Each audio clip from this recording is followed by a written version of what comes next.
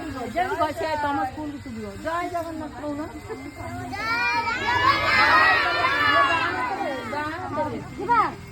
ଆମେ କଣ ବାହୁଆ ଚାଲ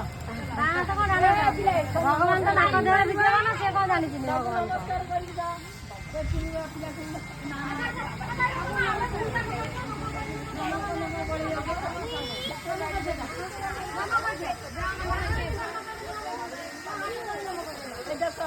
ତମର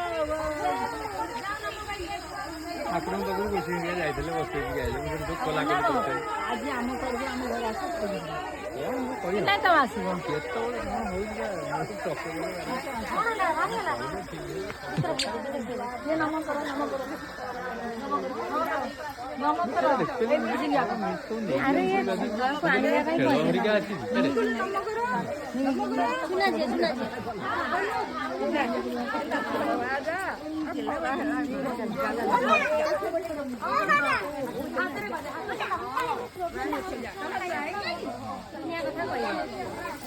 ବଢିଆ ନା